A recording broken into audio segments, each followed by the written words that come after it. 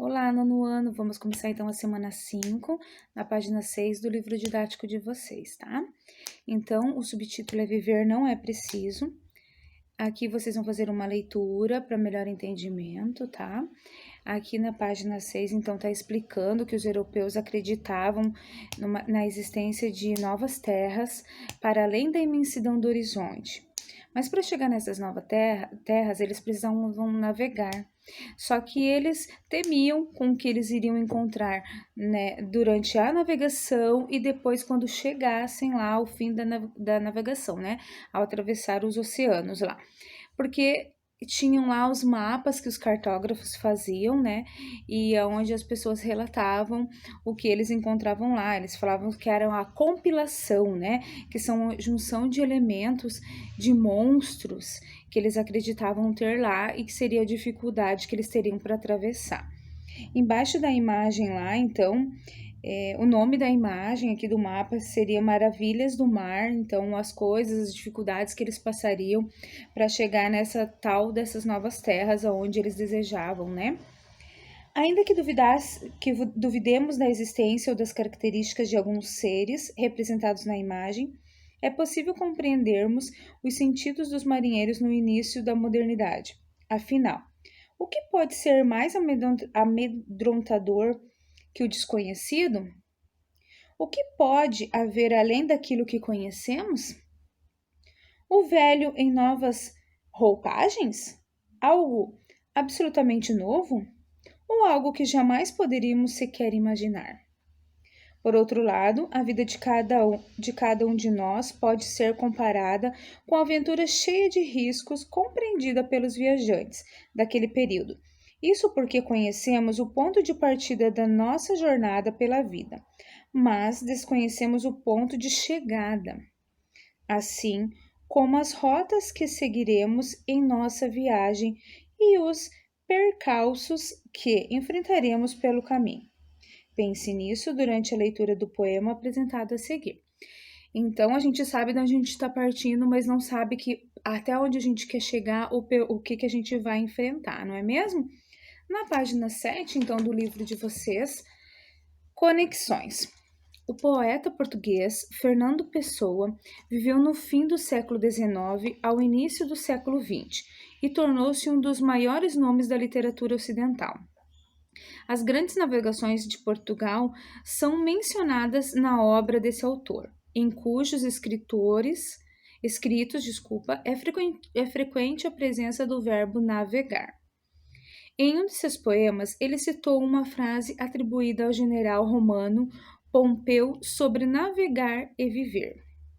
De acordo com o texto da antiguidade, o general teria dito essa frase no século I a.C., para encorajar alguns marinheiros temerosos a partir em uma expedição.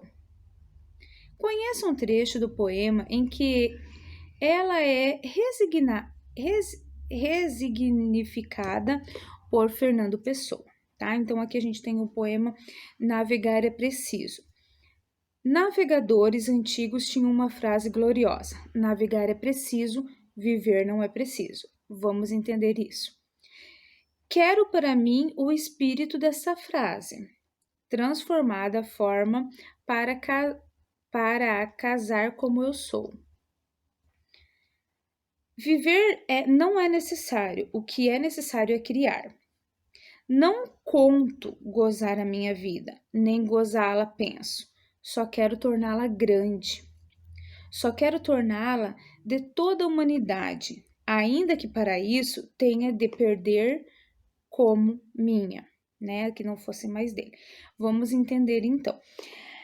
A número 1 diz aqui, para a gente poder entender e colocar um sinônimo, ó, registre um sinônimo que você utilizaria para substituir o termo em destaque nessa frase, que é citada no poema. Navegar é preciso, viver não é preciso. Esse navegar, ele era uma frase para encorajar quem estava com medo, né, de ir nessa embarcação, de saber o que vinha pela frente. Então, lá, navegar é preciso. Esse preciso que está em negrito, que a gente tem que substituir ele, navegar é preciso. O que seria esse preciso, então? Navegar é necessário, poderia ser, não poderia? Vocês podem achar outro sinônimo para esse preciso. Viver não é preciso. Por que navegar é preciso e viver não? Esse viver seria viver só para si, não era preciso, né? Precisaria expandir isso, uma exatidão seria uma troca desse preciso por uma exatidão, né? Onde tem mais gente precisando que você tenha coragem, embarque, do que você fique e não viva, né? Para eles, o viver seria o navegar, né? Seria a necessidade do momento. Na número 2, apresente seu registro para a turma. Como a gente não está em turma, a gente vai fazer a nossa reflexão, né? Depois dessa troca de ideias, escreva a sua interpretação pessoal a respeito do sentido da frase navegadores antigos, tá? Então, qual seria a frase navegadores antigos? Navegar é preciso, viver não é preciso. Você vai colocar a sua interpretação em relação a essa frase. A número 3, explica o sentido da frase de Fernando Pessoa. Viver não é necessário. O que é necessário é criar. O que seria se viver não é necessário, né? Viver não é aproveitar para si apenas, né? E esse é o que é necessário é criar. Esse criar é torná-la grande, torná-la melhor no sentido de ajudar a mais pessoas, né? Ir além em busca do novo, do desconhecido. Então, vocês vão fazer a explicação de vocês ali na número 3 também, tá bom? Passando para a página 8, a gente vai falar agora um pouquinho sobre o filósofo Martin Heidegger. Então, a gente vai conhecer um pouquinho melhor sobre ele, tá bom? Então, lá na página 8 do livro didático, Olhar de Filósofo. Quando olhamos para frente, deparamos-nos a certa distância com a imagem da linha do horizonte e não conseguimos ver o que existe além dela. Portanto, fica a impressão de que o horizonte marca o fim de um percurso. Porém, quando seguimos em direção a ele, jamais conseguimos alcançá-lo. Sendo assim, a ideia de horizonte desperta múltiplas interpretações à reflexão. No século XX, por exemplo, o filósofo alemão Martin Heidegger refletiu sobre aqueles que consideram os horizontes da existência humana, o tempo, de duração finita, né? E o ser, de infinitas possibilidades. Esse filósofo optou por investigar nossa existência com base no horizonte do tempo, já que ela é finita, ou seja, limitada pela morte. Tanto que se tornou comum a afirmação de que a morte é a única certeza da vida, destacando que nesta as demais coisas são incertas. Pode parecer assustador pensar dessa forma, em especial se desejamos aproveitar a vida plenamente. Contudo, em sua investigação, Heidegger também considerou o horizonte do ser, formado por infinitas possibilidades de realização. Assim concluiu que a existência humana, apesar de finita, pode ser entendida como um vasto campo de possibilidades que se abrem para cada um. De acordo com esse filósofo, ter consciência de que é finito e ainda assim procurar viver da melhor maneira possível é uma característica específica do ser humano. Este está lançado no mundo e aberto para diferentes possibilidades de ser, apesar de sua finitude. Na caminhada da vida, a cada passo, ele se proteja para o futuro, ao mesmo tempo em que constrói seu presente. Com base nos passos dados anteriormente, dessa forma, Heidegger definiu o ser humano como aquele que sabe finito no horizonte do tempo, mas infinito no horizonte do ser, né? Então, sabe que a gente é limitado pela morte, mas que a gente tem muitas possibilidades antes de chegar nessa morte, né? e descreveu o presente como um momento privilegiado de abertura para o encontro do ser, que são as nossas possibilidades de viver, com o tempo que é o agora. Ele falou: o ser humano é finito no horizonte do tempo, mas infinito no horizonte do ser. A consciência dessa condição é uma característica humana. Na número 1 diz assim, que é para a gente conversar, como vocês entenderam essa ideia dele? Vocês concordam ou discordam com essa ideia e o porquê? Você concorda que o ser humano ele é limitado pela morte, mas antes de chegar nessa morte tem o viver o agora, que existem muitas possibilidades de viver esse agora, né? E a número 2, que vocês vão fazer no caderno, que na volta a gente vai olhar todas essas coisas que estou pedindo para fazer no caderno, tá? E eu vou anotar e a gente vai estar cobrando em sala de aula todas essas anotações.